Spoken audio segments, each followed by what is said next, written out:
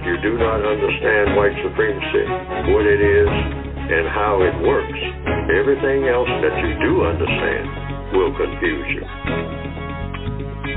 In all of these 9 areas of activity, economics, education, entertainment, labor, law, politics, religion, sex, and war. Anywhere on the planet, minute by minute, day by day, all of the time, all of the time, all of the time. Good morning and welcome to the 14th edition of the Counter-Racist Code Show with Mr. Neely Fuller Jr. I am your co-host, Mr. Bobby, and we are very glad to have you aboard listening to today's program. Now, we would like for you to be a participant, and you can by doing this. Call this number, 516-453-9921. And if you have a question or a brief comment, just press the number 1 button. And when the call screener comes on, please give your name so that it'll come up on my screen, and then I can call you out when it's your turn. And when that does happen, when I call you out, that means that you can be heard. You can be heard, so you don't have to ask that question, can you be heard? If I call you out, you're on, so do that. Please, ma'am, please, sir. If you are a new caller to the program and you're just listening to it and trying to understand it, but you have a question, all you do is you call that same number and make sure that you tell the call screener that you are a new caller, and we have something set up for you so that you can also be heard. You can also contact me by Gmail, and I will give you that address. It is the numeral 7, Mr. Bobby, BOBBY, @gmail.com. And you write me a small letter so that I can read it and make sure it's radio edited so that it can be brief and be read so that Mr. Fuller can fully understand what you are saying. That would be great. And the third way is you can get into the chat room. You can join that by going to blogtalkradio.com. Once you get that, then you want to go to programs, and then you want to go to the Produce Justice show. You hit that button, and then the chat room becomes available for you to enter in and have conversations. And occasionally I will pick up a line or two from what's going on in the chat room and read it.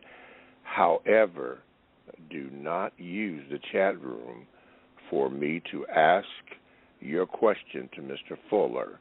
That is what the telephone number is for, and that is what the Gmail is for. Other than that, it's just not going to happen for you, so do not do that. Okay, all the books and materials that will be discussed on this show can be found and even obtained by going to producejustice.com. That's producejustice.com, where you will find that Mr. Fuller has written a book called The United Independent Compensatory Code System Concept. That's where all the books and materials and anything show-related, past shows, podcasts, and even I think Mr. Fuller's, when he is on the Carl Nelson show, we have a setup so that you can go to producejustice.com and you can hear the show when Mr. Fuller is on. So you can do that. I think that's all the house cleaning that I have to do today. Yes, I think that's it. Okay, well, let me go on and get on with it.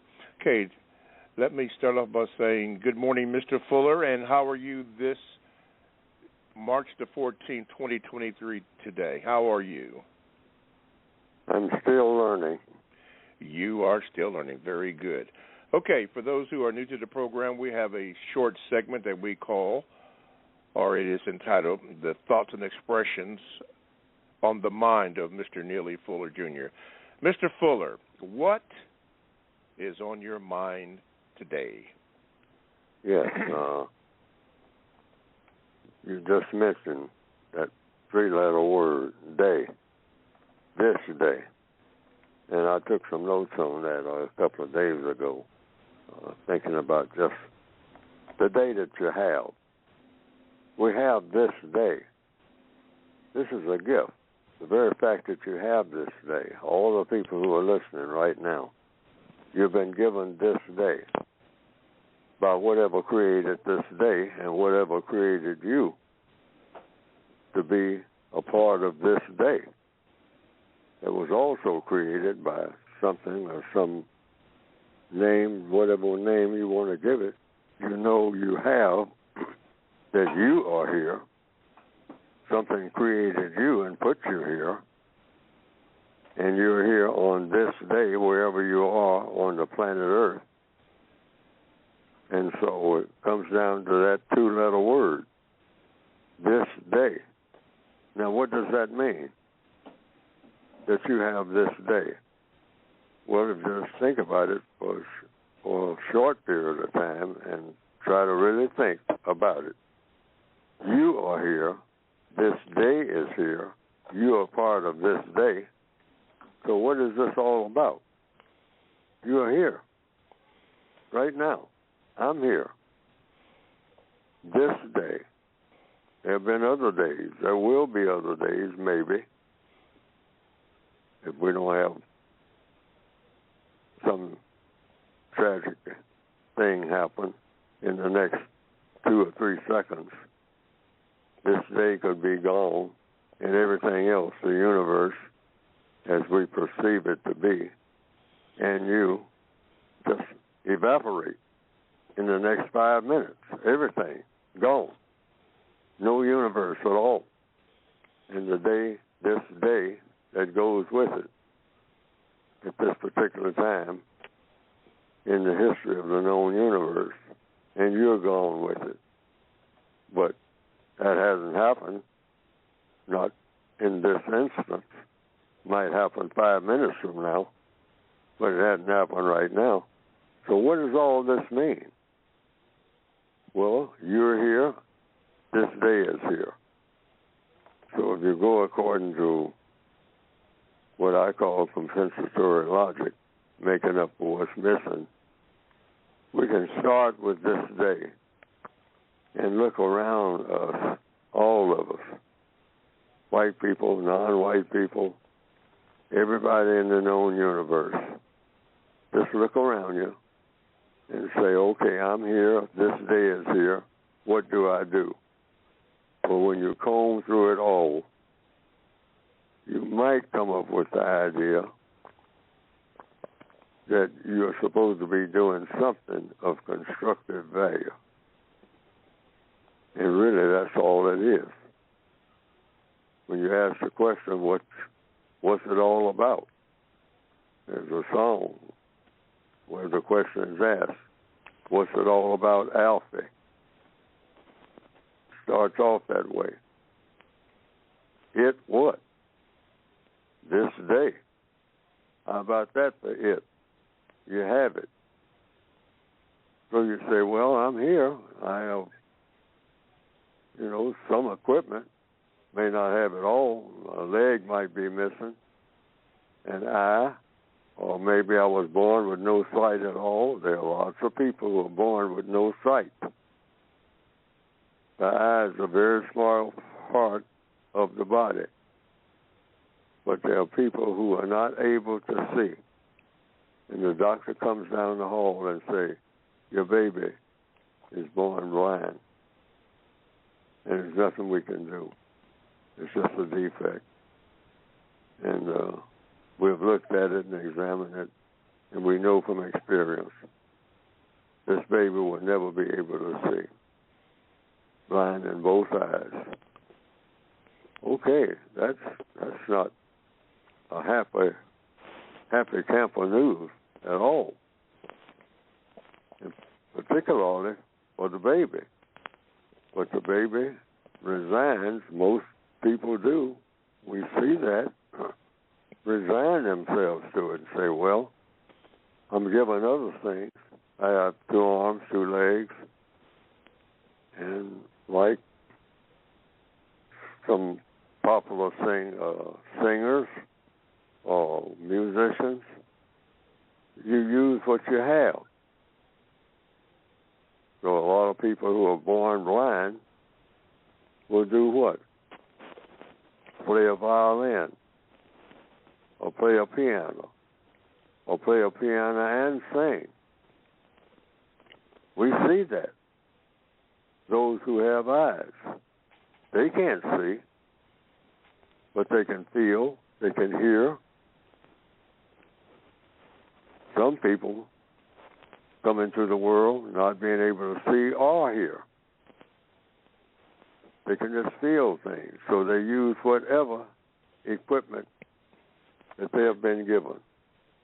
It's something to think about when you start getting into the spirit of what you might call despair, or just want to give up on everything. This life is all messed up. This world is all messed up. That's true. Absolutely, it is. People are definitely all messed up, every last one of them, every last one of us. This is a messy world. But you can look around and find examples of people and creatures who make the best of what we've been given. So this day, keep that in mind. We have all kinds of problems, economic problems, race problems, you name it. Every type of problem you can name. But you say, well, this day, I'm going to use what I have to try to solve some of these problems, and making sure that everything that I do produces a constructive result. So that's what's on my mind. Those two words, starting with this day, and two more words, constructive results. This day should equal constructive results. So you do everything that you think that you can think of that will produce a constructive result. Everything that you say to someone, whether you're a white person or you're talking to a white person, whether you're a non-white person, whether you're male or female, or whatever, constructive results. This day was given to you, so try to get out of this day constructive results and go from there. And for every day that comes up, from now on, that's what I've been thinking about, just starting with this day. Not knowing too much about how I was going to even start this day. But I say, hey, the clock is ticking. You're here. This day is here. Full of whatever you do, every breath that you take that is given to you, your breath is given to you. You try to use it to produce a constructive result, or you are not on your job for whatever puts you here. Constructive results. Every black person should have that in mind on the planet right now. This day, every move that I make is going to produce a constructive result. Everything that I say to someone is going to produce a constructive result, or I'm not going to say it unless I perceive in advance. When I say this, it's going to have a constructive result to whomever I'm saying it to, including myself. It's going to produce a constructive result, or I'm not going to say one word of it, period. And I'm going to keep doing this every day. Every day is this day. That's the only one you have is that day, whatever day it is. That day, constructive result. Every minute of that day. Every second of that day, as best I possibly can. That's what I'm here for.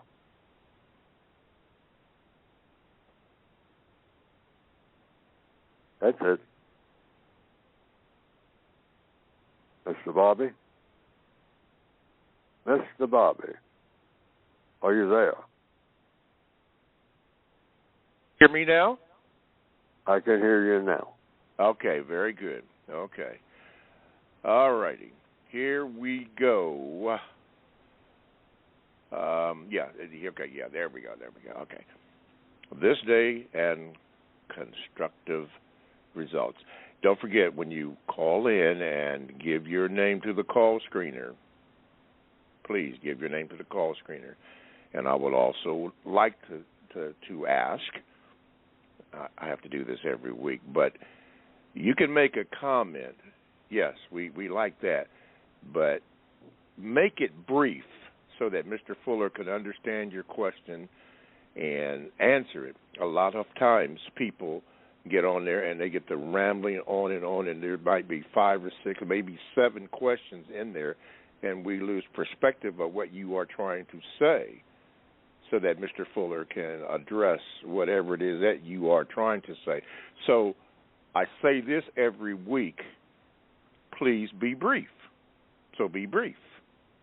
Okay, with that being said, let's go to Milwaukee, and we will start off with Corey. Let's see here, over here.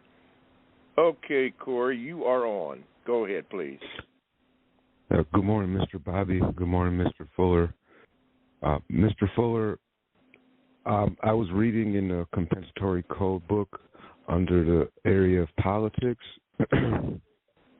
You wrote that according to the evidence and based on compensatory counter-racist logic, the tragic arrangement is the result of the lack of the will of white people and the lack of the ability of non-white people to do what's necessary to replace the system of white supremacy with the system of justice. Mr. Fuller, is it easier to develop the will to replace the system, or is it easier to develop the abilities to replace the system of white supremacy with justice? Well, you have to have the will to get the ability. If you're going to ride a bicycle, you have to want to ride the bicycle. The bicycle's just sitting there. You're looking at the bicycle, but you sit there and just look at it and look at it and look at it and never get on it. You have to have the will to get up off the curb and walk over to the bicycle and get on the bicycle. You have to have a will to do that. Now, when you get on it, if you've never been on one, you're going to maybe fall a couple of times. So you have to be real cautious. And just like a baby getting out of a crib or learning to walk, you learn the bicycle the same way, how to ride. The baby falls down trying to walk and cries about it, but the baby tries again. The baby has to have the will to do that. So in answer to the question, yes, you have the will to do something, and that will motivates you to try to do it, and you keep trying. You fail, but you haven't really failed as long as you keep trying. That's just the process of learning how to do what you're trying to do. Yes. Mm-hmm. That's all. All right. Mm-hmm. Okay. Thank you, Corey. It's a simple formula. It's a formula for everything. Mm-hmm. You know, you just keep trying. That's how it gets done. Keep trying to drive the car. Keep trying to sweep the floor with the broom. You never swept the floor before, but you got to pick the broom up and start trying. Yes. And little by little, you become an expert at sweeping the floor. And sweep it real fast, get it done, and the floor is clean. Because you know how to use a broom. But you didn't always know that. But you got the ability, because you kept trying. You had the will to keep trying. Same way with solving the race problem. Okay. Thank you, Corey. Yes, Mr. Fuller, that is correct. I was thinking as you were speaking about Andy Dufresne and the Shawshank Redemption, he had the will to get out of that. So he had to get out of the prison. He had to figure that out. It took him a long time, but he figured it out, every angle that he could possibly think of to make his escape. he had the will to do that. Very, very good. Okay, let's go to Atlanta. True. Let me see if I can move it over here. True. Okay, True. Good morning. You're on with Mr. Fuller. You're on, Mr. Fuller. Go ahead, please, with your question. There's a lot of background noise in there. We can't hear you. Go ahead with your question. Oh, yes. Is it me? Yes, there's a lot of background noise. Oh, okay. Okay, this is Truth again. So I called last time and I asked the question, was it not more constructive to replace the use of white supremacy with just the simple term racism? And the host and Neely responded to me, you know, like their mind was telling them that this is a little measly, weak woman.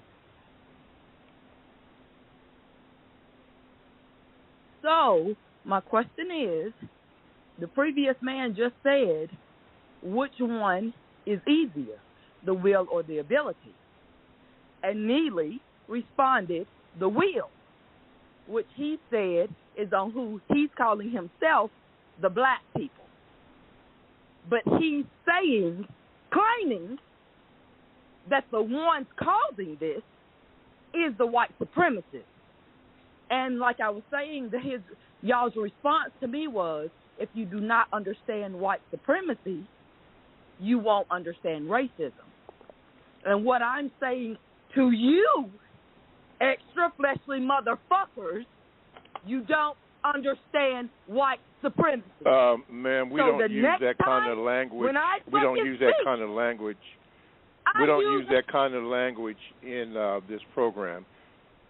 We don't use that kind of language. You can call back, but don't use that language. We just can't have that. Let's go to Darnell. I'm sorry, she was cut off. All right, go ahead. Yeah, let's go to Darnell in New York. Darnell, you're on with Mr. Fuller. Darnell, you're on with Mr. Fuller.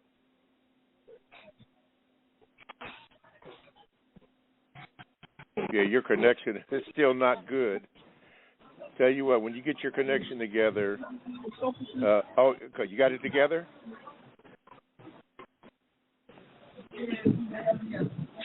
Hello? Darnell?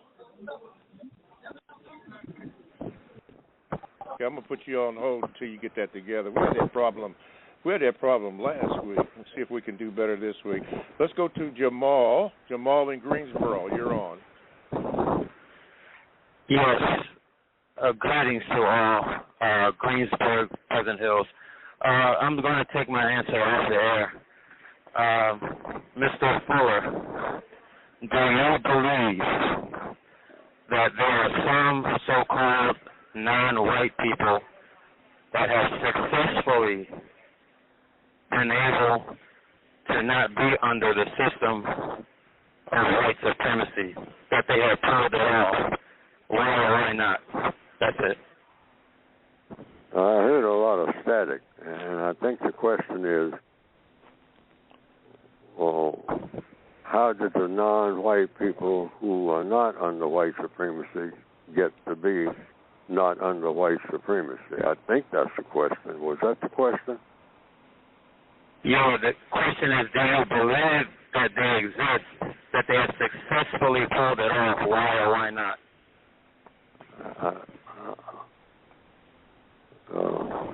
Somehow I'm getting some static. Yeah, there is a lot of static in there. Jamal, I don't know if evidently, I tell you what, why don't you back away from the phone a little bit and ask the question, because there is so much static in there.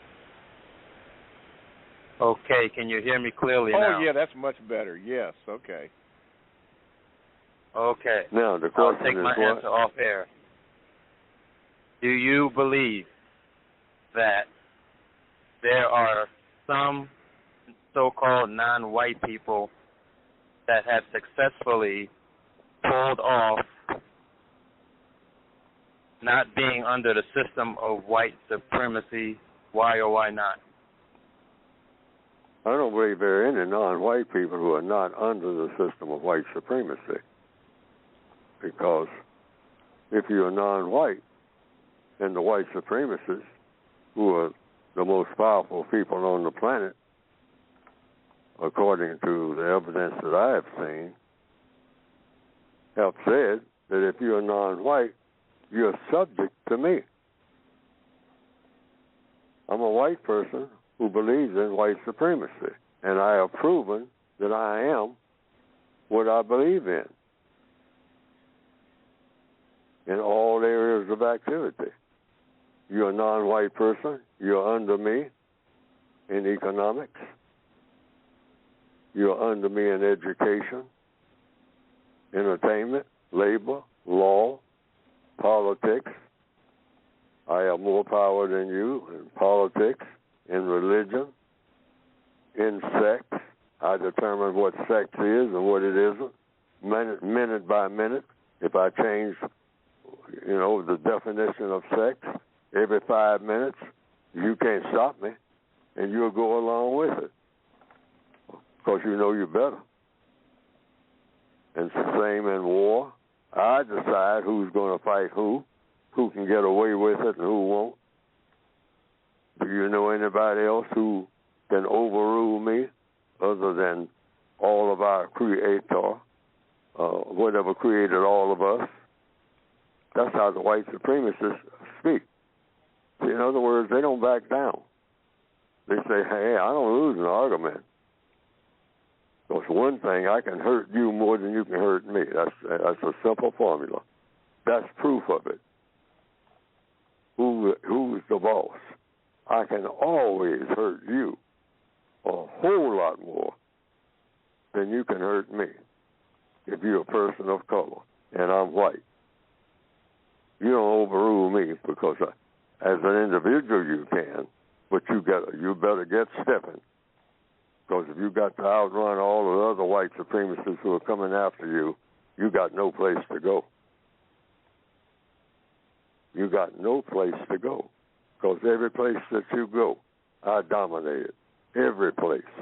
There's nowhere you can hide with your black self on this planet or anywhere else on another planet. Because if you get to another planet, I got to take you there because you don't know how. None of you. I got to show you everything. That's the voice of the white supremacists. And now that's either true or false. You look around and see if it's true, that it actually is that way. Or, if it's false, that'll prove itself. And the white supremacists are real good, unlike black people, at proving what they say, particularly when it comes to who's got muscle and who ain't. They're the experts at that. They see to it in advance. Unless I have been grossly misinformed based on evidence. I don't think I have. Okay. All righty. Thank you, Mr. Fuller. Hey, let's pause here. You are listening to the Counter Racist Code Show with Mr. Neely Fuller, Jr., and I am your co-host, Mr. Boppy, and we are absolutely delighted that you have chosen to listen to the program today. Now, be a participant in the program, then you have to dial this number, which is 516-453-9921. And when you do and you make contact with the call screener, please, ma'am, please, sir, be sure to give them your name so that I could possibly correctly pronounce your name over the air so they will know who we're speaking with. So you can do that. Please be brief in your comment or question so that Mr. Fuller can fully understand and answer your question or suggestion to the best of his ability.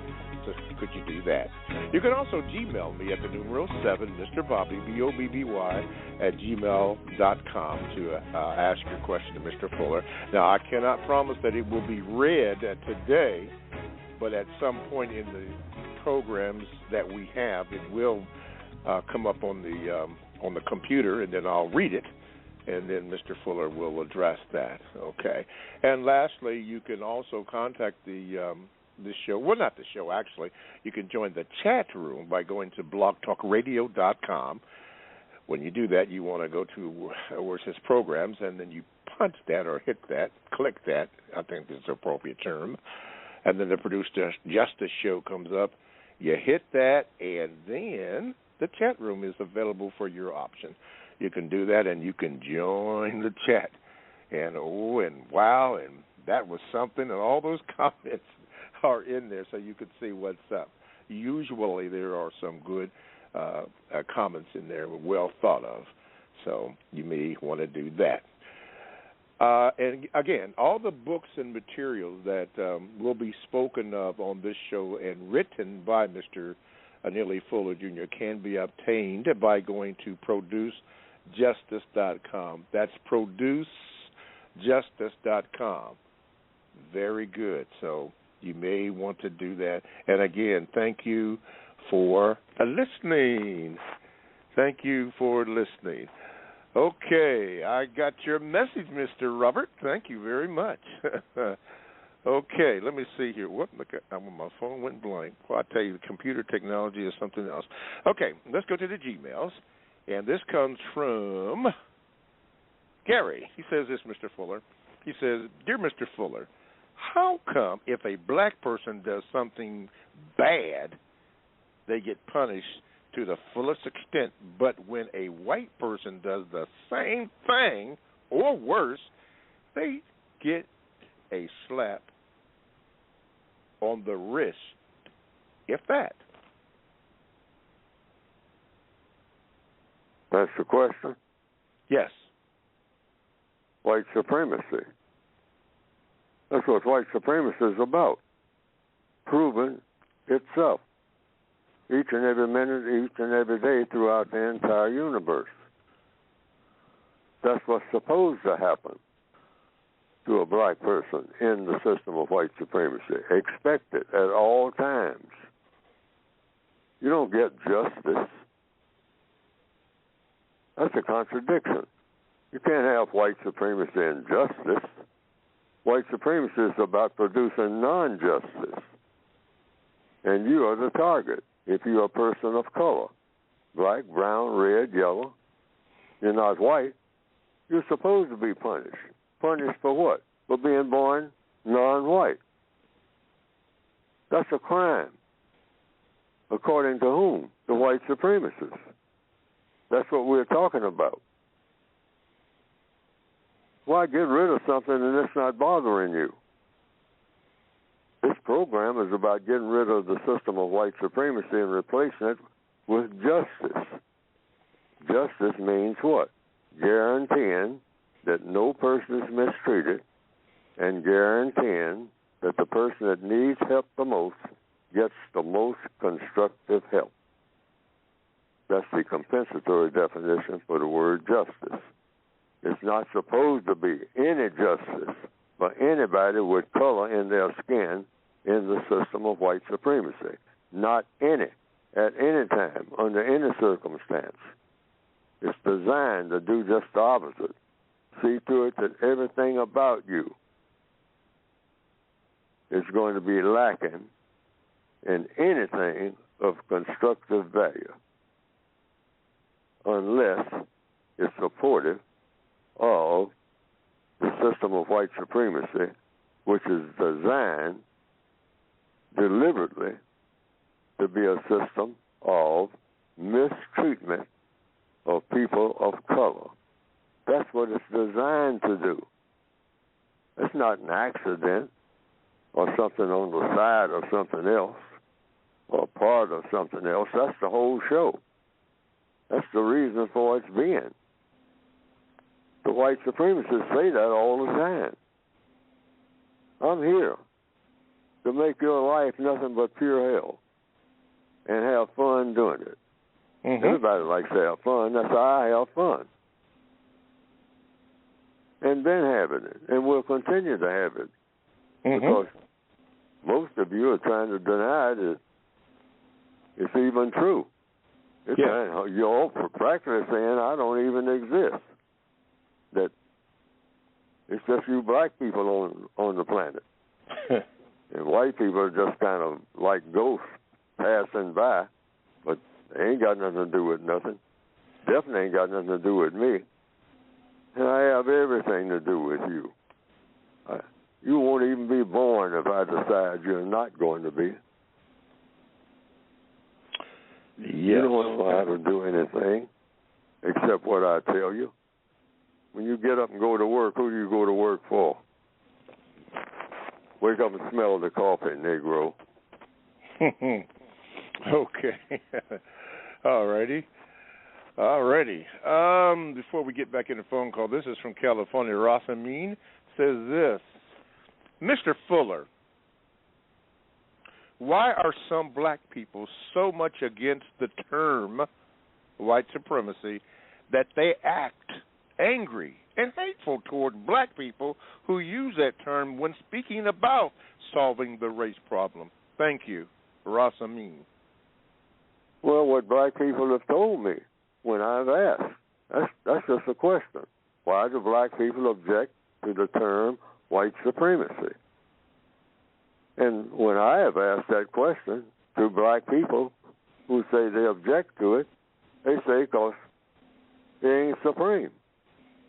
Then I ask the next question, well, who is? And they say, God is supreme. And I say, well, the white supremacists say that. The white supremacists never said that they were God. The white supremacists have always said, God told me to have domain over you dark people. And I'm just doing what God wants me to do. And if you obey your master, which is me, white,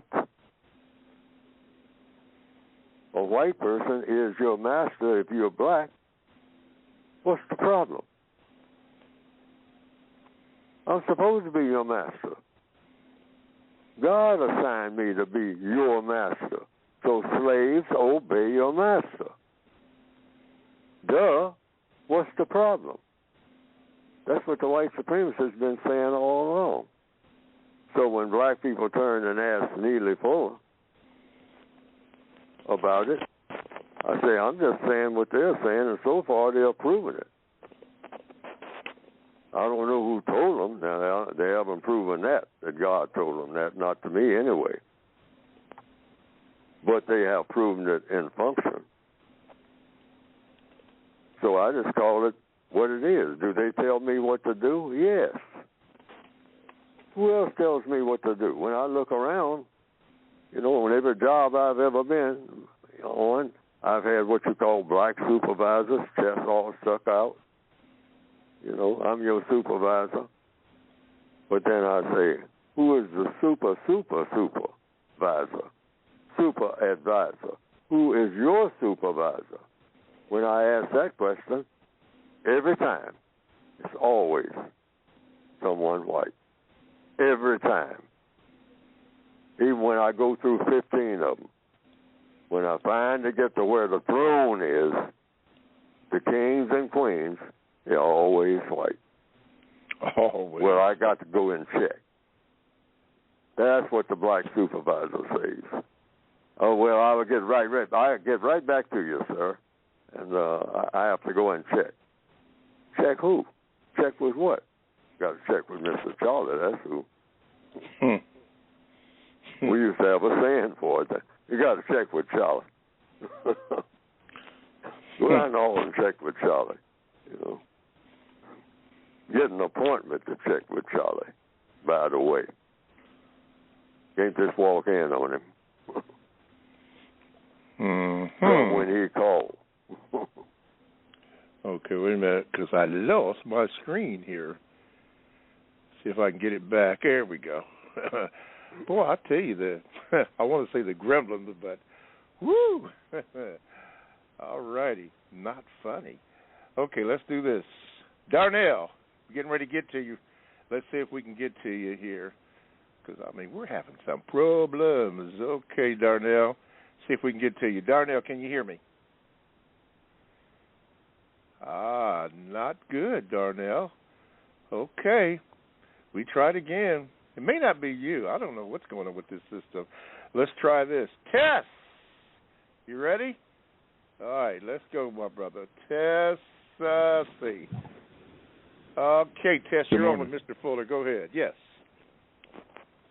First, I want to thank Mr. Fuller, Mr. Bobby, Robert, Sharon, Moonpot, and all those involved in making the show available to us. As well, a thank you to the listeners and those in the chat room. Mr. Fuller, the other day ago, I was looking at a flagpole, and I seen the POW flag, and it has an image of an individual with their head down and looking disheveled. I wanted to know if we are in a war, what is the name of the war that we're currently in, the non-white people and the white supremacists of this world? Thank you. The white supremacists declared war on the people of color when white supremacy began. That's what it was. That's what it was all about. If you're white, you make war on people of color. And someone invented something called white supremacy. That's what they called it. And it turned out to be the most powerful idea for dominating and mistreating people so far, according to the evidence, ever conceived. You had all kinds of, tribalism for sure, and still have it. People fighting, and even right down to what you call the family. Family feuds, they call them. And everybody, all over the planet. Tribal fights, family fights, just people opposing each other in different ways. But when it comes to the master of domination and hurting people and helping people, it's the white supremacists. The evidence shows that. Now, individuals have come up with things like inventions, like Dr. George Washington Carver, who had been a slave. He invented things. But what happened? The white supremacists took a look at it, said, you are my slave, so everything that you have, everything that you do with your inventions, you belong to me, so everything that you invent belongs to me. George. And so that's what it means. See, when I'm on the air like this, I'm not saying that black people as individuals are not smart. Millions of black people are smart in a lot of things and can show white people things that white people don't know anything about. But they all come under the system of white supremacy. That umbrella is always there, up to now. And that means that the white supremacists just walk in and say, oh, you did this and you have that, and that is really nice. You did an excellent job. You did this and you did that, and you're bragging about it among your own people, but when I show up, I take it all. Why? Because I am your master. That's why. It ain't personal, it's business. We're a gangster operation. We wait for you to invent something or do whatever you're going to do that's worth doing. And we look at it, and if we like it, we take it. And you can't stop me. Why? Because you're too dumb to know that, how to do it. And really, even con yourself into thinking that I'm not doing it.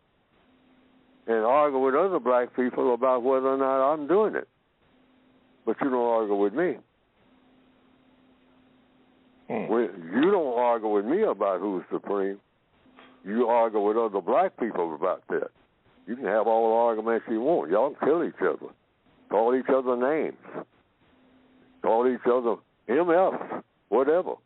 But you don't argue with me. You don't get in my face with that ghetto nonsense, because I made the ghetto, just like I made you into going from a person to a what? Negro. A Negro is not a person. He's a thing. Yeah. Wow. Okay. All right. Tess, thank you for your call. Appreciate it. Appreciate it. Okay, let's see here. From the Gmails, let's see here. I'm going to say that this person said anonymous, so we won't call the name out. But anyway, here's the writing. It says, Grand Rising, Mr. Fuller. Reading the supplementary reference book of the United Independent Compensatory Code System concept, I found the definition of the word negress. Number one, any female person classified as, quote, black, end of quote, who engages in sexual intercourse with a white person. I'm one negress according to the code. My question is there any word that describes a black male who engages in sexual intercourse with a white person? If not, could negress be applicable also for black males? If not, why not? Black females don't have many options in the relationship, or a better saying, reproduction market, because many black males are being killed, involved with drugs and alcohol, and in greater confinement. So when they can provide, they prefer to reproduce with white women or other non-white females with other features like fine hair and lighter skin, etc. What options would you suggest for black females who are despised around the globe based on the explanation below? Be blessed, Mr. Fuller. Yes, if I understand the question, if, the question, are black males and black females equal in the system of white supremacy? The answer is yes, if that's the question. It was a kind of a convoluted question. It doesn't make any difference what are the labels you might apply. That's the label that applies. All victims of racism are equal, by whatever name you want to call them. You can call them different types of names, whatever names you can come up with. But to the white supremacists, you're all just a bunch of, servants. How about that? For me, you're my servants. That's a nice, polite name. Actually, we don't need all the rest of the names. Words are just tools to express, hopefully, what the truth is. And the truth is, if you're a non-white person on the planet in 2023, the year 2023, which is what this is, you are a servant to the white supremacists, a category of very powerful people, the most powerful. I can't find anybody more powerful than them. What they say goes all over the world. They say, hey, we can hurt you more than you can hurt me. That's the bottom line. So we decide what you can and cannot do if you are a person of color. It ain't personal, it's business. And we're the biggest business on the planet. Maybe not somewhere else. On some other planet, somebody might show us a thing or two. But nobody here has proven that they can show us anything except how to bow down. Okay. They're proving it. That's not Neely Fuller. When I say it, a lot of people get angry about it. I get angry about it a long time ago. But I stopped being angry. I just said, hey, is this true or false? Fuller, tell yourself the truth. Is this true or false? And I said, it's true. That's who I answer to. And when I look around me, I see everybody else answering to it. So this is not false. I don't argue about it. People jump all over me about it, but I say, hey, don't ask me if it's true or false. Or don't argue with me about it. Argue with white people. See how far you get. Okay. And then, hey, if you get very far with it, come and let me know how you did it, because I want to do it. All you magic Negroes, okay? Okay. All right, got a question coming up about the book, but before we get to the book, and I think we may get to the book in the second hour, but you need to speak about your book, why you wrote it, the beginning statement, if you do not understand racism, all that. Why did you do all this, Mr. Fuller, speaking about your book? To try to come up with a formula for replacing the system of white supremacy, the very system that I'm talking about, with justice. And I say there's a code for everything. The white supremacists follow a white code, or a code. You can just call it a code. A code does what? It gets things done. That's when you know it's a code. Driving a car, it's a formula or code for that. Otherwise, you're not driving the car. The white supremacists understand that. They don't do nothing that doesn't work. Unlike black people who keep doing the same thing over and over again, knowing full well before we start doing it that it ain't going to work. But we're trained to be like that, doing things that don't work. Work for whom? Work for anybody if they're doing it. But we just do it. Well, and sometimes we explain it by saying it's our tradition. It's black people's tradition. My grandfather did it. Well, your grandfather? Stop and think about that. Your grandfather, somebody started, Miss Harriet Tubman say, wait a minute, I had a grandfather. Maybe I shouldn't be doing what grandfather did. Maybe I should be trying to get out of this situation. And in answer to the question, that's what the code book is about. I'm not trying to down black people. We're already down. I'm down. This book, the textbook for victims of white supremacy, is supposed to help us to not get from under the system. It's to eliminate the system of white supremacy. And with white people, naturally, cooperation. But if they don't want to cooperate, we're supposed to nudge them into a position where they will, because that's why. Because that's the only way out. Now, we are going to slaughter each other, and we'll get the worst of that. We'll wind up getting slaughtered if we try to do it with violence now. I mean, wholesale violence. Good luck with that. Or we can make some type of compromise, because that's how it's going to wind up anyway. And that's what life on this planet or in this universe is about.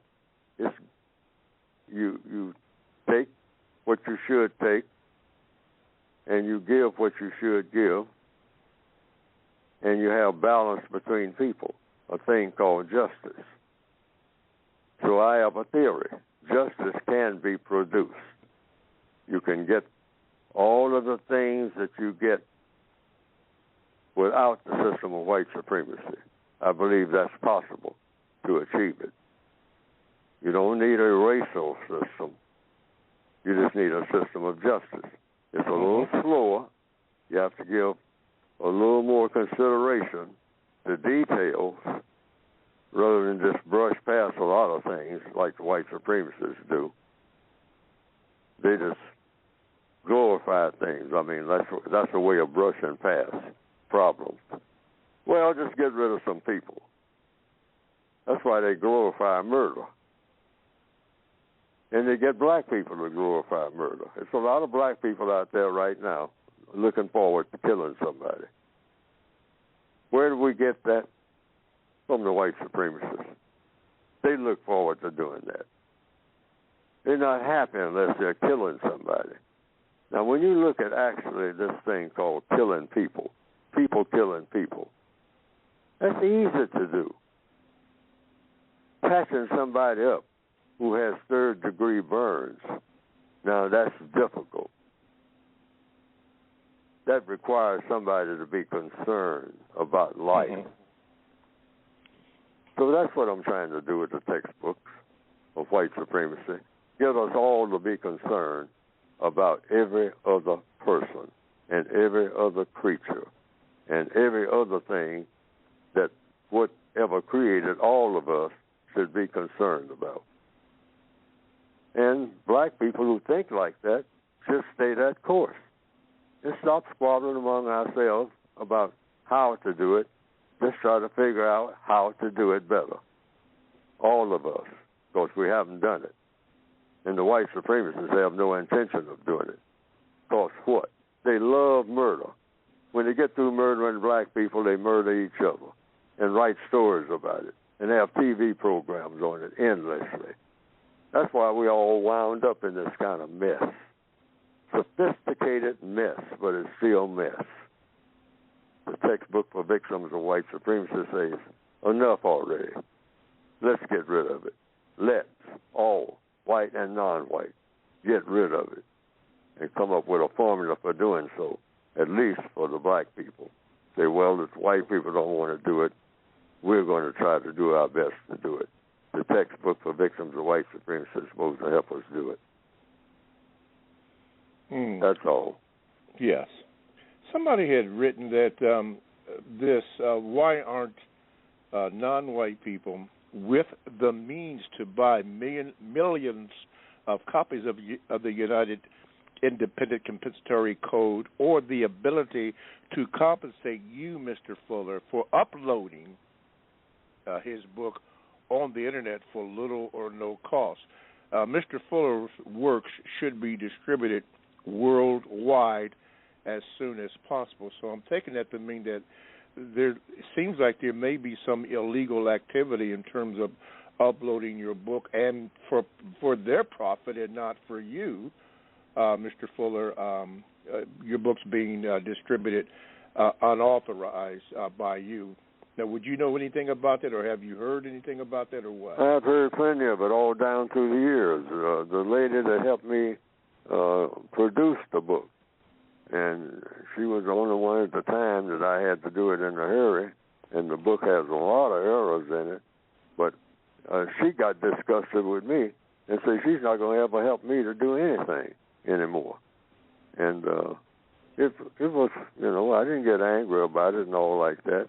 I mean, I was in a desperate situation to get something out, and but she got angry with me because she said that a lot of people were just distorting what I was saying and taking parts of it and attaching it to something else that had nothing to do with what I was saying, and just misusing me in every kind of way. And she said, and because you won't do anything about it or won't help me to put them where they need to be, I'm going to stop helping you. And she did. And so there are a lot of errors, in the books. People who have noticed things, have noticed that. And I say that, and I'm saying it now. Yes, there are a lot of errors.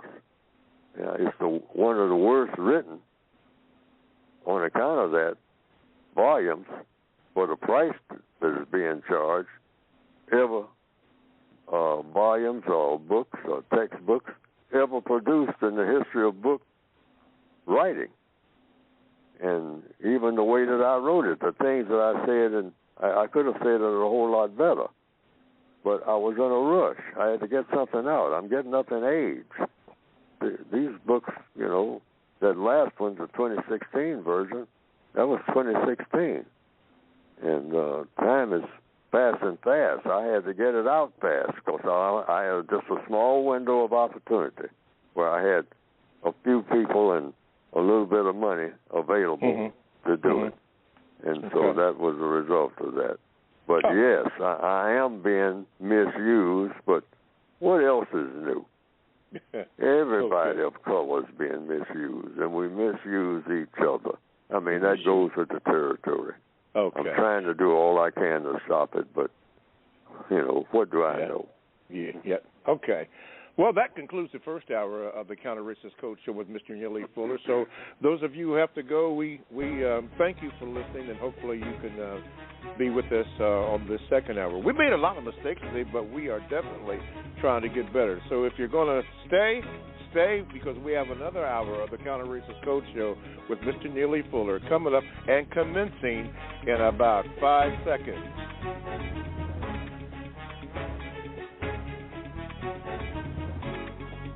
Okay, welcome back to the second hour of the Counter-Racist Code Show with Mr. Neely Fuller Jr. I am your co-host, Mr. Bobby. To get in contact with the show, and I have to admit we are having a little line issue, but we'll try to work through that. You can call this number,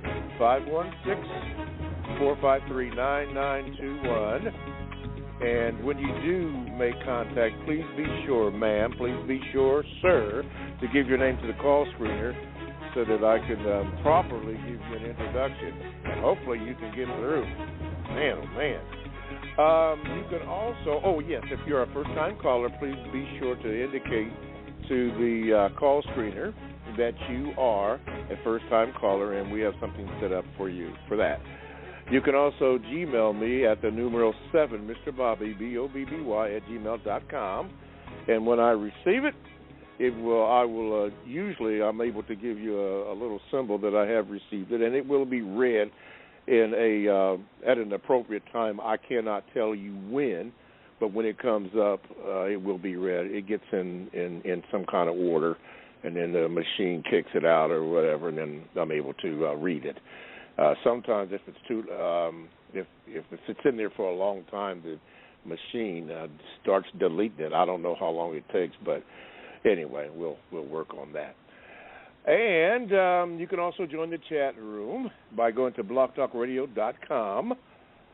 And when you do that, make sure that you want to go to programs, and the Produce Justice Show is what you want. Click on that bad boy, and then you go to the very end of it, and then the chat room icon is there. You can get into the chat. Please, ma'am, please, sir, do not use the chat room to ask me a question to ask Mr. Fuller, because it's just not going to happen, Captain. I'm not going to do that today. Because once you start that avalanche, it will not stop. So you have to use either the Gmail or the phone calls, and the phone calls come first, provided that the gremlins or whatever is out there is prohibiting some of the calls from getting through. Most of our callers who have been with us for a long time refer to them as the usual suspects. So getting in play. And why is that? Because Mr. Fuller's word is getting out. It's having some effect. But unfortunately, some are trying to take advantage of it. And if you heard the end of the last hour, you know what Mr. Fuller has to deal with as he tries to get this out, producing justice. So call that number, 516-453-9921, and we can go on from there. Okay, let's see here. There's a question from Dominique. Says this: Mr. Fuller, on page 206 of the revised edition, it is written that we are to call a person by whatever name or title a person requests to be called. However, nowadays many people are requesting that they be referred to by their, quote, preferred pronouns, end of quote, meaning that a biological male asks that they be referred to as she/her, and a biological female wants to be called he or him. This appears to be part of the sexual confusion strategy. But should these requests be honored? Thank you. Yes. You call people by the names or titles that they want to be called. And let the chips fall where they may. But that's according to the code. That's in the textbook. Always call people by the names and or titles that that person wants to be called. If a person says, I'm an elephant, you call the person, well, that's your name and your title. Call me elephant. Don't call me nothing else. Or you're disrespecting me, or whatever term they want to use. So you say, well, the code calls for me to be courteous at all times. So a part of being courteous, that's one of the 10 stops. Stop being discourteous. And stop name calling. You have to always call people by the names or titles that they want to be called. So I say, how do I say good morning to you? So you just ask questions. Mm-hmm. Say, good morning, elephant. And say it just like that. Say it just like that. Or you are not showing courtesy toward me. You say, show courtesy at all times. Always be courteous. Call people by the names and titles they want to be called, fuller. That's what you said that everybody should do. So what are you going to do? Are you going to call me elephant or not? I'm going to call you elephant. Do I say sir or ma'am? No, just call me elephant. No sir or ma'am or nothing. You ain't supposed to know nothing about that. That ain't none of your business. Person might say that to me. So I say, well, okay. And is there anything else that you want me to know to call you? That's what I'm going to call you. Mm-hmm. And if you change it, you can tell me that, and I'll call you by whatever you have changed it to. I mean, what is it? That doesn't do anything with me. That's all about you. So I'm showing you the courtesy that I said that I would show. Yes. So be whatever you want to be. You know, I call you that, and that's it. That's the end of that. We can go and talk about something else. For clarity's sake, just so we can be sure, we can be clear, because you always say we don't want to be confused, we want to be clear. If you're speaking with, if you're speaking with a person, or a male or female, and they decide that they want you to address them as Mr. or Miss MF or Mr. B or Miss B or some derogatory name, according to the code, what you just said, that is the way that we are supposed to address them? The person dictates how. Every person should have, one of the first things that the white supremacists take is what they choose to call you. So they call you, so anytime a non-white person or a white person says, call me this, because white people make sure that you call them what they want to be called. So the code just says, doesn't make any difference anyway. Just satisfy that person's need. The person needs to be called by whatever name or title. If a person on a job says, regardless of the other supervisors, even though I'm not a supervisor, I want you to call me a supervisor. That's a title. I understand. You say, but you're not a supervisor. You say, well, I say I want to be called supervisor. So I say, okay, Mr. Jones, I'll call you supervisor. And that's whether the person is white or non-white, or anything, male or female, or anything, any other, whatever. Just call them by whatever they want to be called. And if somebody else overhear you, if a person says, call me Super MF. Yeah. Say, right here in front of everybody? Yes. In front of everybody or whatnot. I say, well, when I call you that, I'm going to try to say it in as low key as I possibly can. Because I don't want people to think that that's what I'm calling you and you don't want to be called that. I don't want that kind of confusion on me. So do you mind that when I get ready to address you, when I come over to your desk with a bunch of papers in my hand and whatnot, and you say, call me Super MF, do you mind if I kind of whisper it to you. Okay. Mr. Super MF,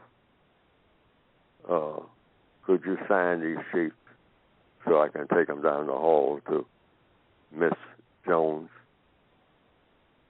And that's what I'll do. But I'll make that request. Now, when I do this, I'm just going to be talking to you. So anytime I address you by that title, I'm going to do it in a whisper. Do you mind that? Because I don't want other people to look up. And, you know, this does not produce what? A constructive result. Mm-hmm. Okay. We keep that in mind. I started off this program today saying every move that you make, every word that you say, should produce a constructive result. Mm-hmm. Yeah, this day that has the effect of a constructive result. Nothing ever non-constructive. Never, ever. From this day forward, never say anything that is non-constructive. Yeah. Never not do yesterday. anything. Not yesterday, not tomorrow, but this day. This day, starting with this day and this right now, and from now on for the rest of the time you breathe, never say anything that doesn't produce a constructive result. Gotcha. All constructive results. All righty.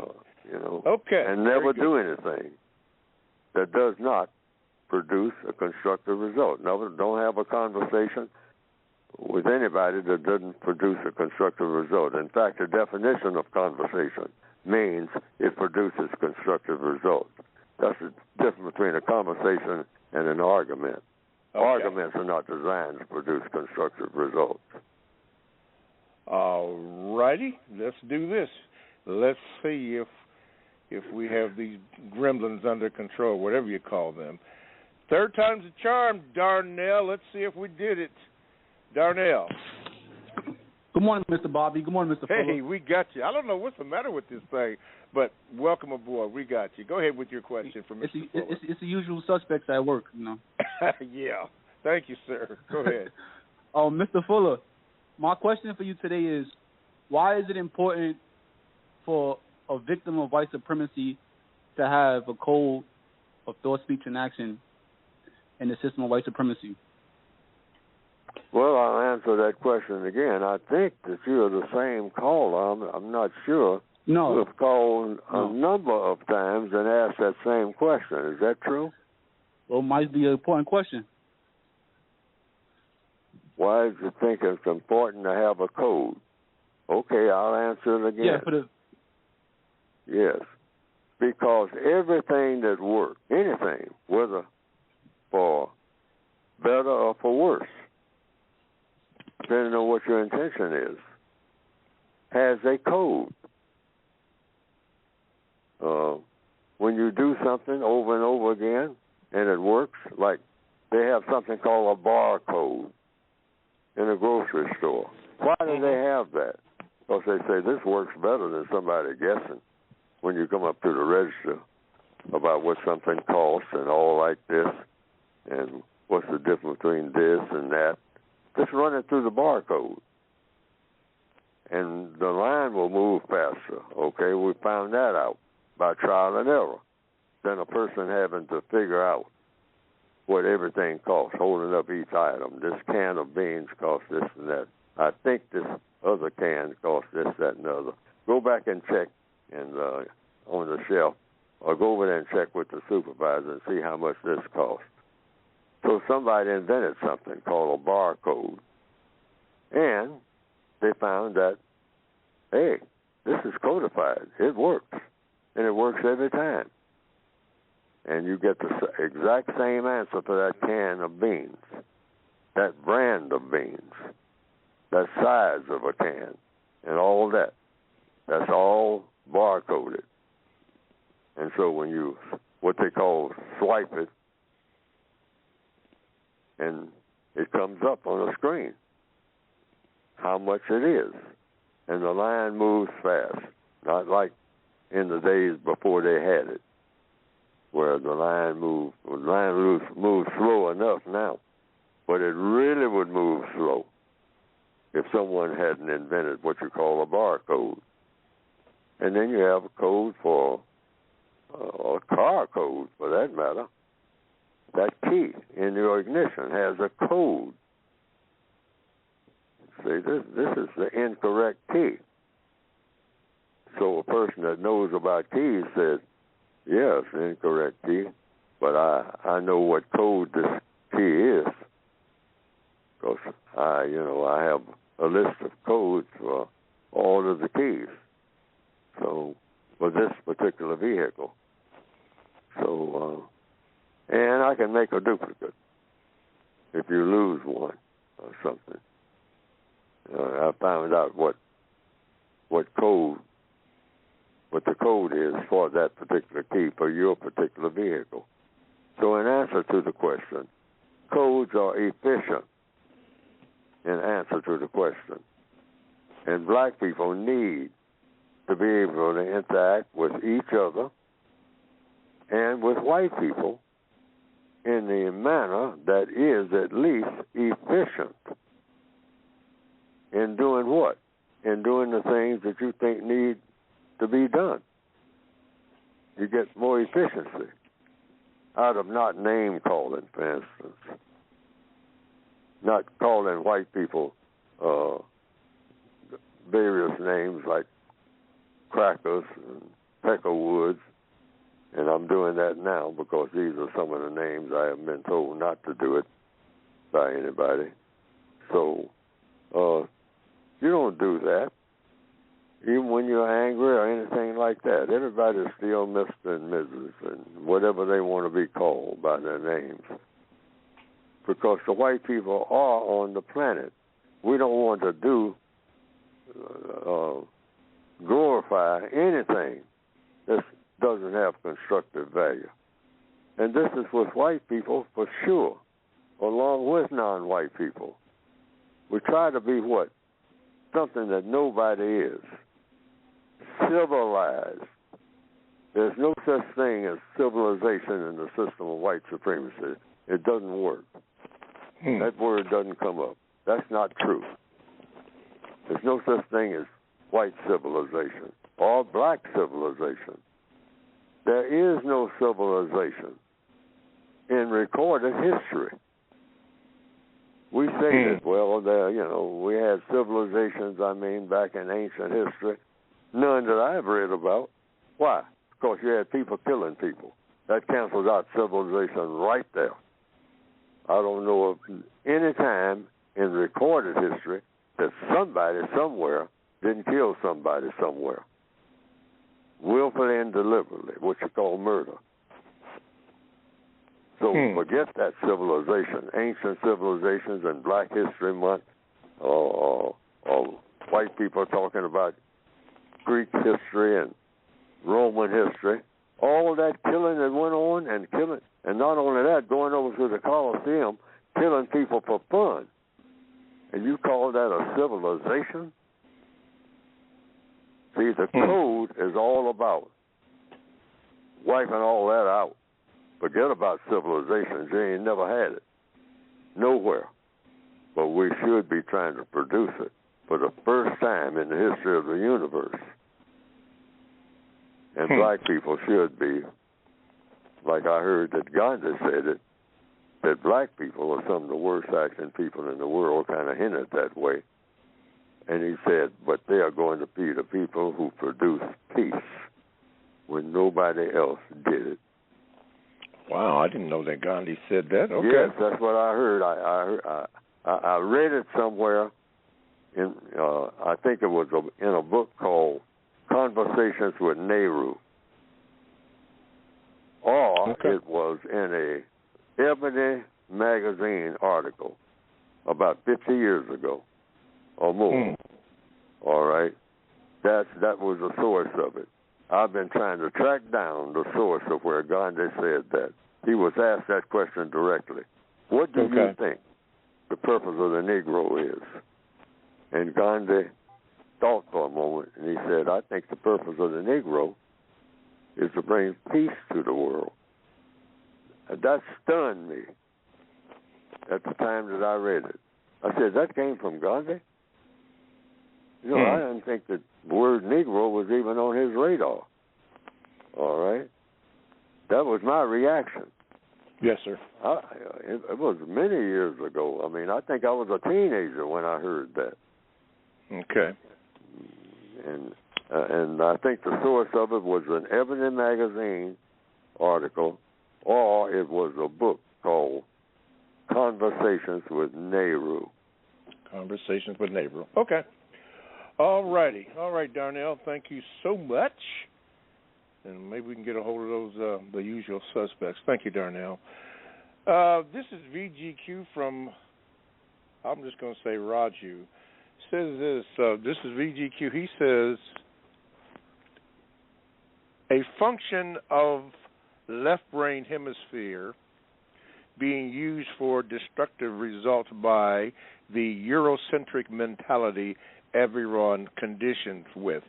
Identifying as a member of false classification tool race, this makes the individual racist. Practicing racism, the only scientific functioning form of racism, is white supremacy. Everyone basically keeping it going while opposing it with the Eurocentric mind every second.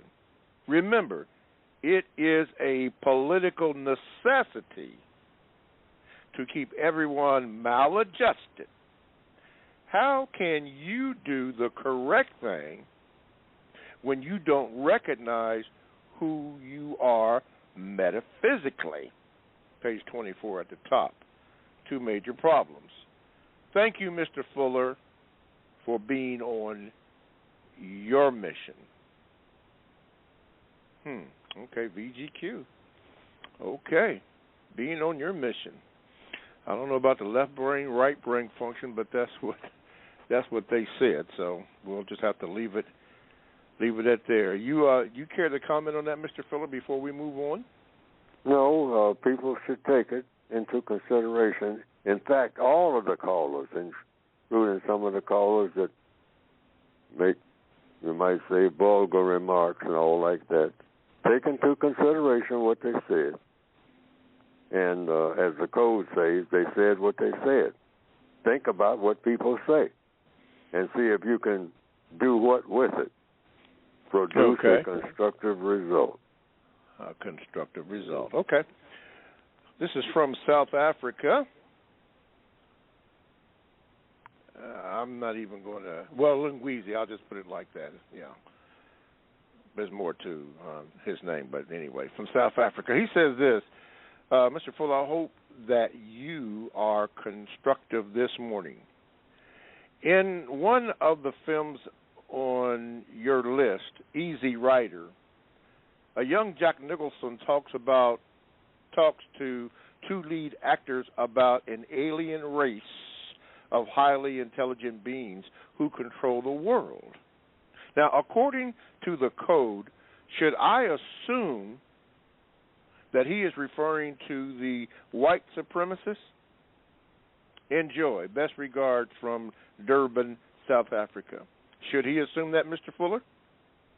He could, because I had nothing to do with making the movie. So actually, he'd have to practically track down probably everybody who had something to do with, or the key people that had something to do with the script, where Jack Nicholson said that, talking about the Venusians and alien people who had been in contact with people here on the planet Earth. And in a movie script, whoever wrote the script would have to be tracked down and say, what did they have in mind? What was the message? And because I couldn't answer that, but I say that that's something to think about. Are there people who are out there somewhere? And like Jack Nicholson said in the movie, are those people like us, except they're more advanced? That they don't have leaders. And that's something that I said that, because he said every man is his own leader. Now, that's something I have in the textbook. And I wrote that before I ever saw that movie. That, because I say that's what every person should be. That's why every person should have a code. The code leads you. You don't have people leading people. You have a code that you follow. Codes are reliable. People are not. People mislead people in the directions that it should be going. That happens every day, all day, everywhere. People misleading people. By misleading, we mean taking them in a direction they should not be going. Right. Okay. Black Tony says this, that Mr. Fuller, does it surprise you that the banks are collapsing, or could this be a distraction for something else? Black Tony. Thank you, Mr. Fuller. I don't know. That's what the code requires me to say when I don't know. I don't know. I don't know enough about how banks operate, Wall Street. For years I've been trying to figure it out. I've been trying to get an answer to what capitalism is. We talk about capitalism all the time. Last night I was thinking about it. All these years I've been thinking, that when I was in the Army, I used to make talks. They assigned me to make talks, talking about being anti-communist. And the communism was a terrible thing. And all the time that I was talking about it, assigned to talk about it, I didn't know what I was saying.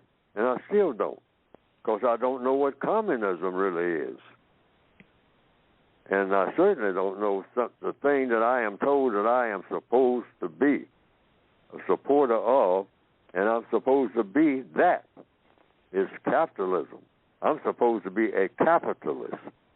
But I don't know what people mean when they say that, even to this day. I've read definitions in dictionaries and communism, capitalism, socialism. Those are supposed to be the big three. But I get confused the more that I read. And that's the truth. I get confused. And what exactly is capitalism? And what I have seen, and people can correct me because I don't know. But I say, since I am told, Neely Fuller, you are supposed to be a supporter of capitalism. I've been told that here in the Northwestern Hemisphere. Now, if I'm supposed to be a supporter of capitalism, I'm supposed to know what it is. And they say, well, it's this and that and the other. And I say, well, how do you get to be a capitalist? That's what I really want to know, because I understand that that's a wonderful thing to be. And then when you are one, you got a lot going for you when you are an actual capitalist. I say, well, that's what I want to be, something that everybody should be, because I'm told this over and over and over again. But then when I ask, how do you get to be one, everybody gets stingy about taking me by the hand and guaranteeing me that I'm going to be what they say I ought to be, and die for it, if necessary. Hey, you got to fight these communists. I'll put you in a uniform and make you fight against those communists. Why? Because they are a threat to capitalism, and you are supposed to be for capitalism. But nobody takes me by the hand and walks me through being one. I want to be one. They say a capitalist has plenty of everything, for one thing. That's their code. I say, well, that sounds like something I'd like to be. Everything that, that I just touch it and it turns to gold. That's what a capitalist is. Oh, boy. Why would I fight that? Yeah. Yeah, I'm anti-communist. I mean, if that's what it winds up being, they say communists have a whole lot of nothing. That's how it was explained to me. They say, Paul, I'm going to make it simple for you. Being a communist means you have plenty of nothing. And being a capitalist, you have plenty of everything. Well, hey, that's a no-brainer. But can somebody show me, walk me through all this Wall Street mess and all like that? so that Yes, when sir. I come out the other end of that building or whatever it is, I'm now a capitalist. I got bona fide papers proving that I'm a capitalist, and I got the money to prove it. But that ain't happening with me. So, you know, what are people playing games with me or what? Talk about the bank is closing. I don't want to have nothing to do with all that. I just want the money. I just want the money. Where's the money? Show me the money. Yeah, that seems to be an expression that kind of goes around. They say that's being capital. All right.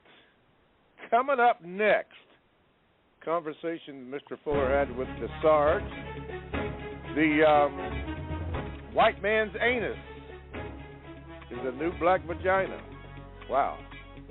And more about how you can purchase a book. All that coming up next here on the Counter Racist Code Show with Mr. Neely Fuller Jr.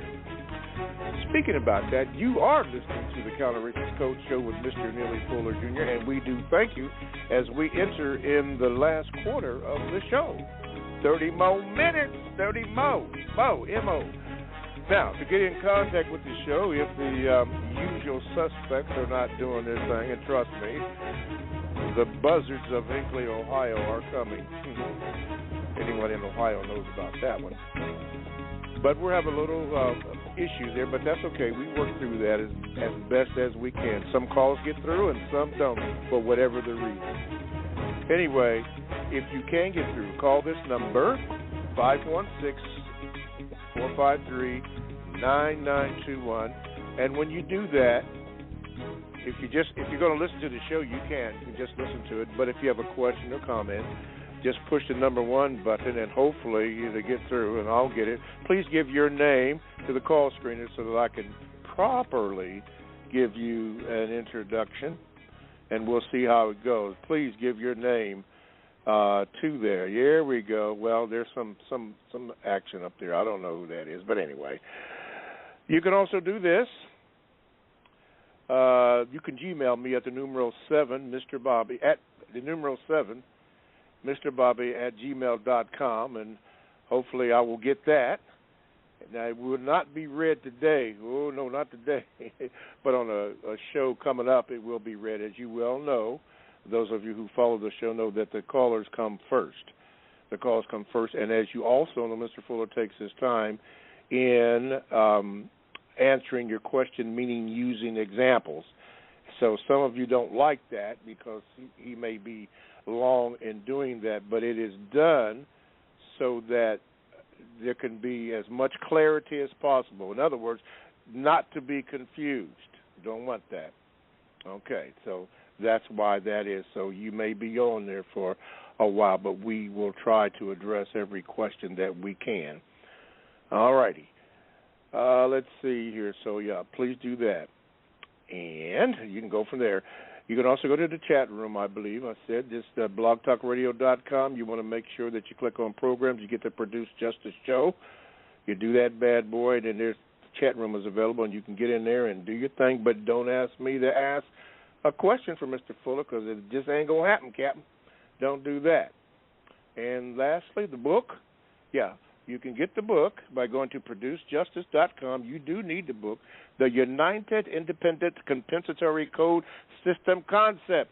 Brother, sister, you need that book. And even if you don't get it for yourself, get it for somebody else that they can read it and understand the guide. I mean, if you drive an automobile, you got an owner's manual in there, and hopefully you picked that up and read that to find out how things work or where things are. You need that. Get the book at producejustice.com. That is producejustice.com. Okay. We're going to go back to the phone lines. And don't forget now, that person in there looks like it's the 202. You need to get a call screen of your name so that I can do you. Or rather, when I get to you, if we can get to you, that I know your name. But anyway, I'm going to try this one. Did we cross our fingers? Do we believe in that? I don't know. Anyway, it says new caller here, so we'll go here. Dr. Senku, California, new caller. We'll try it. Okay, you're on with Mr. Fuller. What is your question? Yes, sir. Yes, sir. First, I just want to say that I appreciate Mr. Fuller for making the United Independent Compensatory Code because it's definitely helped me solve a lot of problems. But I have 3 questions. First, I wanted to just ask, the book that Mr. Fuller mentioned, I believe he said it was called Conversations with Nehru. How do you spell Nehru? That's the first question. I think, really, my spelling has gotten back to the first grade. So really, right now, it's embarrassing, but I don't know. I think it's Nehru, but actually, okay. I don't know, and I definitely don't know how to spell his first name. I wouldn't even attempt that because I don't even know how to pronounce his first name. Yes, sir. Yes, sir. I'll play around with. I'll see. But you can look in the dictionary. He's probably in there. Okay. Yeah. The other 2 questions is the other question is how did you come up with in the part of the code that talks about the 3 types of people in the known universe, how did you come up with your definition for white people? Definition for white people? Yeah, I believe in the code it says a white person is a person who classifies himself as white and is accepted as white by another person who classifies himself as white. Yes. How did you come up with that? I just observed that that's what happens. That's how I came up with it. I just looked. And that's what I see going on around me. I'm just going by what I see. Okay. Sometimes you can misinterpret what you're looking at, but, white people say, who is white and who's not. White people determine what racial category you're in. If white people say that a person is white, that person is white. I actually experienced a situation where a couple of people who were classified as Mexican got reclassified, presumably by the white supremacists, directly or indirectly, as white. They were called Mexican in one place, and in another place, they weren't on the paperwork. It didn't say Mexican. It said Caucasian. And that was it. Why?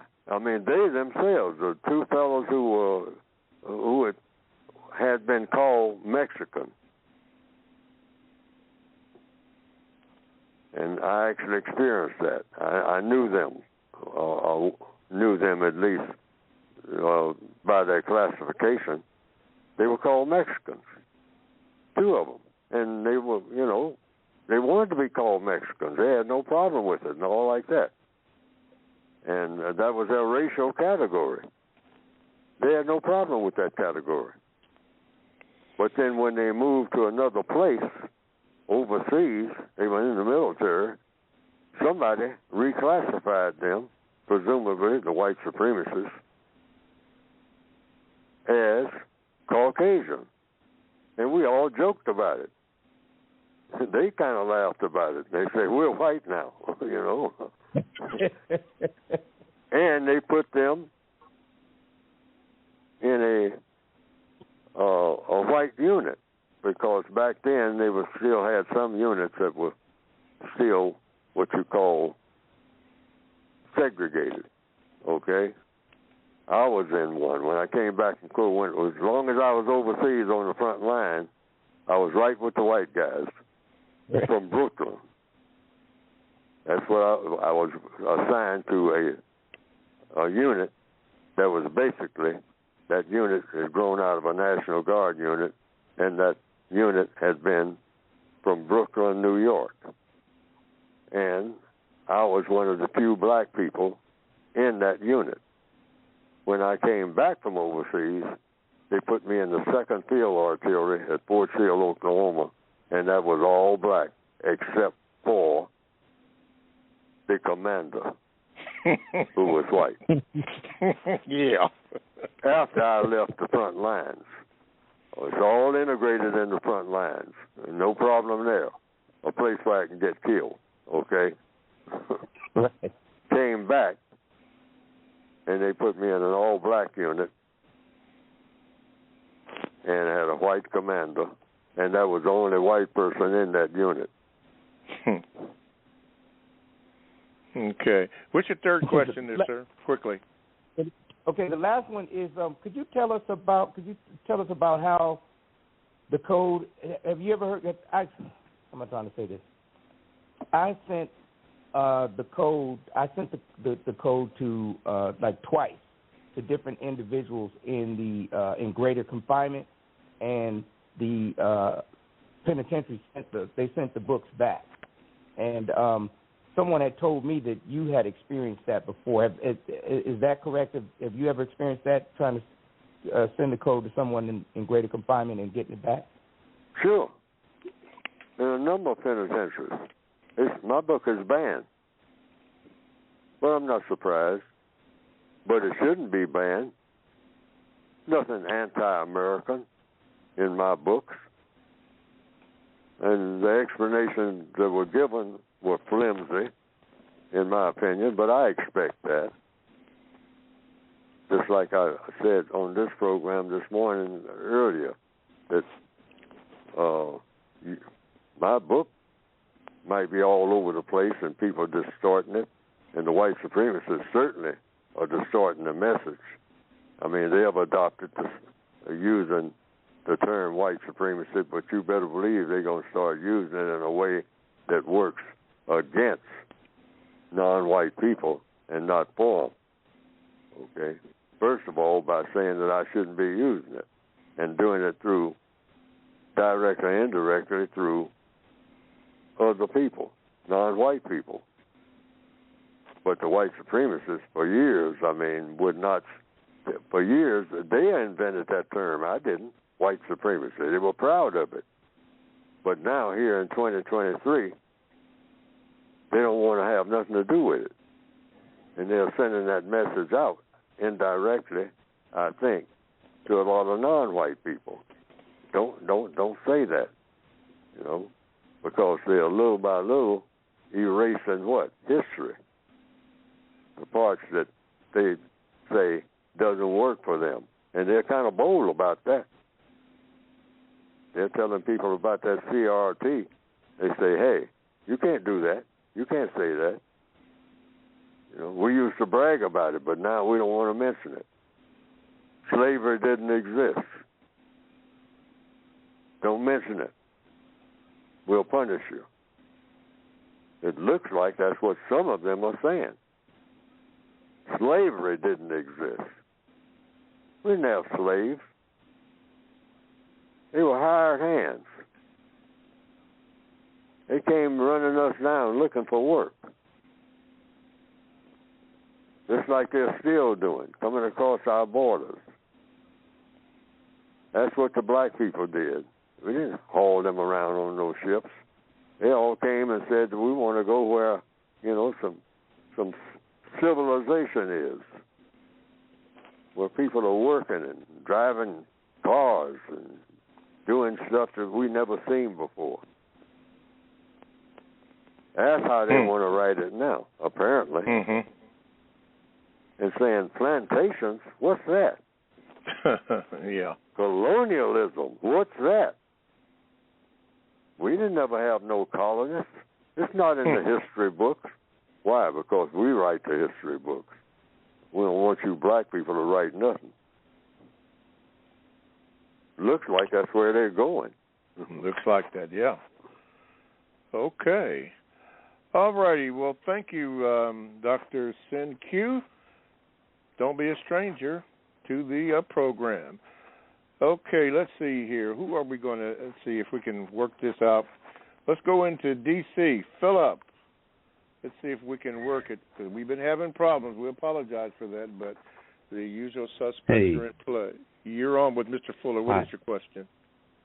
Hi, thank you for taking my call.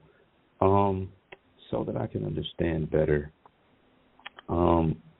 When using the word code, is it like a procedure, standard operating procedure, or best practice? Yes, it's just a way of getting things done, and that's all the code is supposed to be. There's nothing mysterious about it. It's not secret or nothing like that. What is the best way to go about replacing the system of white supremacy with the system of justice? That's the question. All problems are solved through what? The process of questions and answers. So I came to the conclusion the reason black people have failed so far in replacing the system of white supremacy with justice is that the white supremacists have a code and we don't. That's it. And a code is what? Getting things done. You try something and try something and try something and it doesn't work. You don't keep trying to do that thing. You try something else or modify what you're doing. Just don't throw the baby out with the bathwater, to use a cliche expression. But how do you keep the baby and throw out the bathwater? That's a code for doing that. You take the baby out of the tub, and then you throw the bathwater out of the tub where the baby was, rather than keep the baby in the tub and throw the baby out with the bathwater. I mean, that's not the correct code for saving the baby. That's recycling the water, but you can't recycle the baby most likely, so you keep the baby. Mr. Baby is not going to be recycled like the bathwater. I mean, you kill the baby if you throw it out. You don't kill the water. The water just takes another form. So somebody figured that out. So they stopped throwing out the baby with the bathwater. I mean, if they ever did it in the first place. So you learn by trial and error, too. Mm-hmm. But a code just means you figure out how to do something and you try it. And if it works, stick with it. Then it becomes a code. And that's all the code really is. We need one. But the code that we have, code just means doing something or getting it done. But we try to do things in a way that we know are not going to work. And the white supremacists do not do that. That's the main difference between what white people do and what black people do. Black people think that by name calling and all like that, that you're going to get a constructive result. You're not. Stop name calling. You get a better result. Try that. Just try it. I'm not going to call anybody any name, even when I get angry and all like that, if they don't want to be called. I'm not going to do that. I'm going to settle the argument by going to a conversation where I'm going to get a constructive result in everything that I do and say. I started off this program talking about just that, constructive result. Everything that I do this day and from every day forward, everything that I do and say is going to be codified to get a constructive result. Well, I ain't doing it. Okay. All righty. Philip, D.C., thank you for your call. Okay, let's see here, see if we're still working here. We've got a new caller. It looks like, hopefully, let's keep our fingers crossed, right? No, I don't believe in that. Michael, new caller, London. Wait a minute, because it's buffering. Okay, I think you're there, Michael. What's your question for Mr. Fuller? Hi, my question is, how do I persuade my brothers and sisters and also my elders to join us in the fight against white supremacy? A big problem I see is that they're too entrenched in the entertainment industry, or they're hooked in the constant pursuit of fiat money, debt society created by white supremacy. So your question was what? how do I persuade my brothers and sisters and my elders? How do you to join persuade? us? Yes. Well, you can start by showing them the code book. And starting with the page that says if you don't understand white supremacy, you're not going to understand anything, including the entertainment industry. It's not going to make sense to you at a certain point, if it hadn't already. And you're going to become what? Confused about a lot of things. And that's how you persuade them and tell them, hey, understand who controls the entertainment industry. Mm-hmm. Start with that.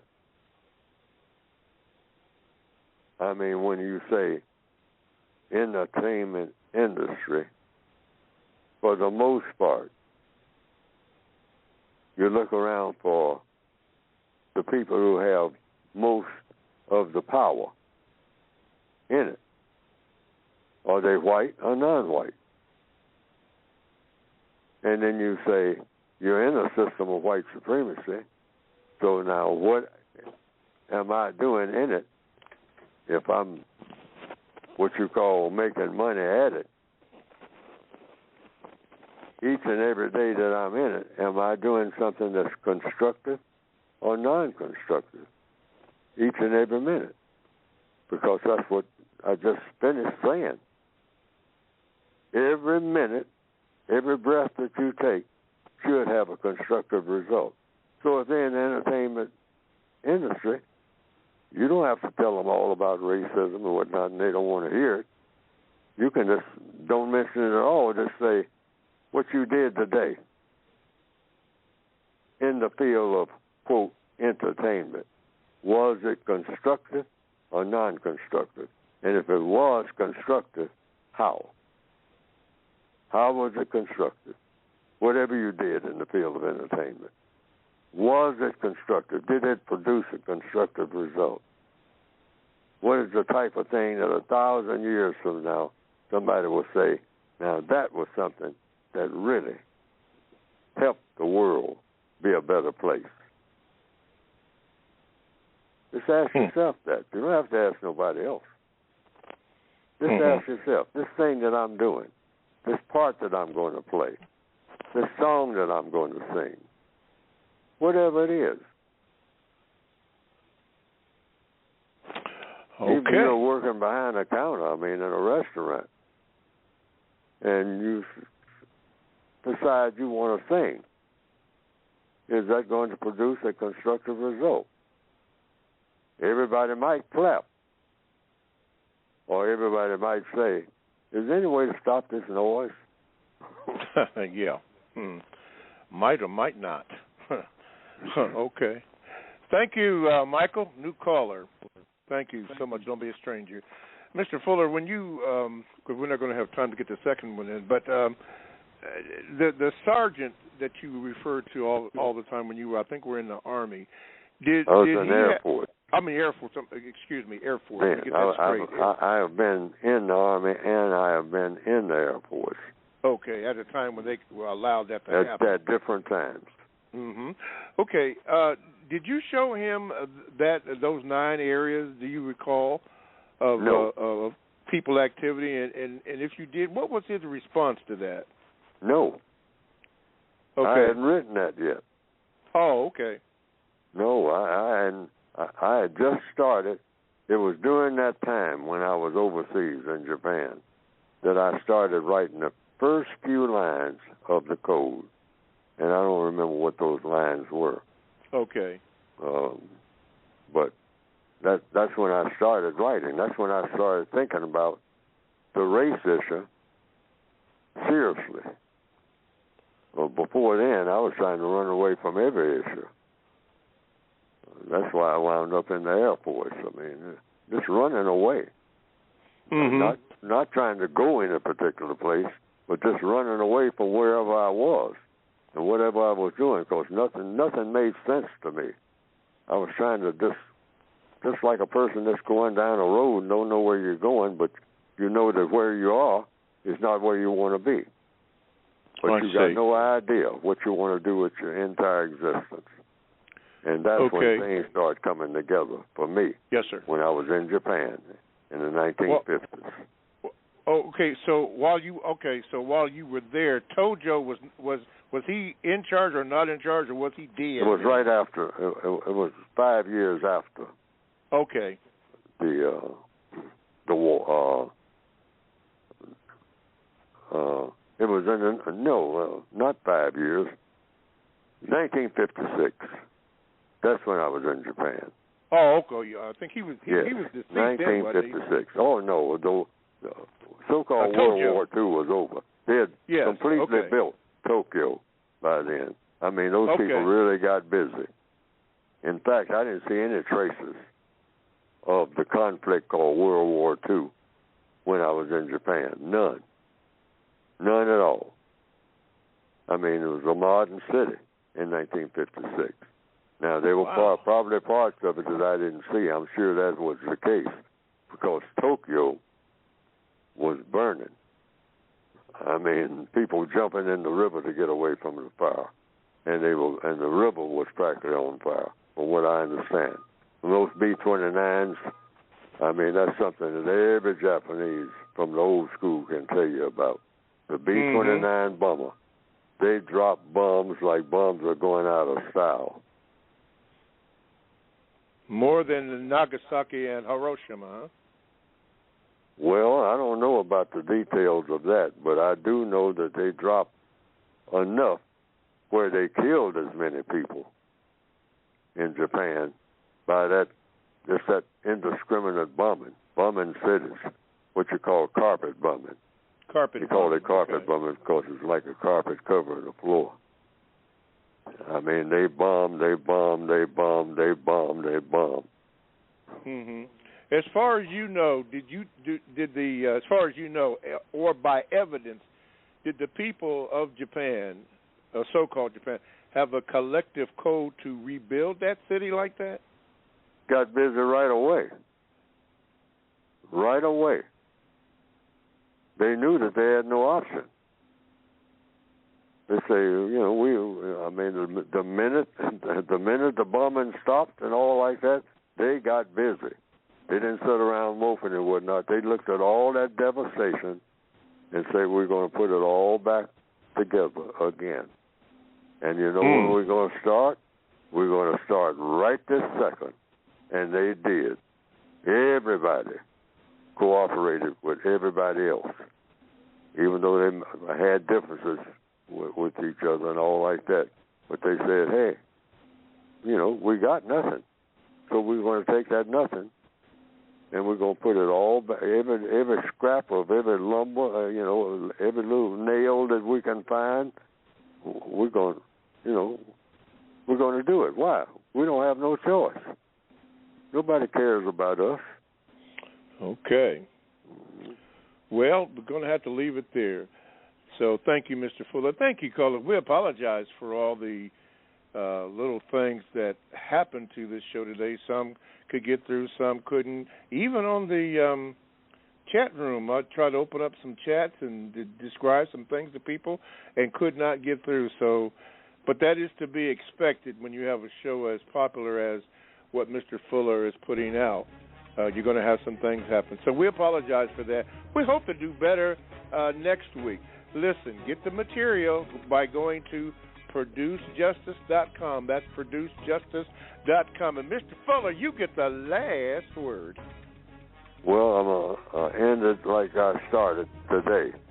This day, and from this day forward, every move that you make this a part of your personal code.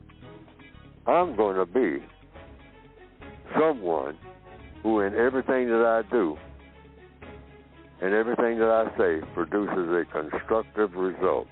Now, that's code. If every non-white person, every black person on the planet just does that, I'm not going to say or do anything that's not constructive. From now on, we'll have this thing wrapped up. All the problems that we have. All right. Overnight.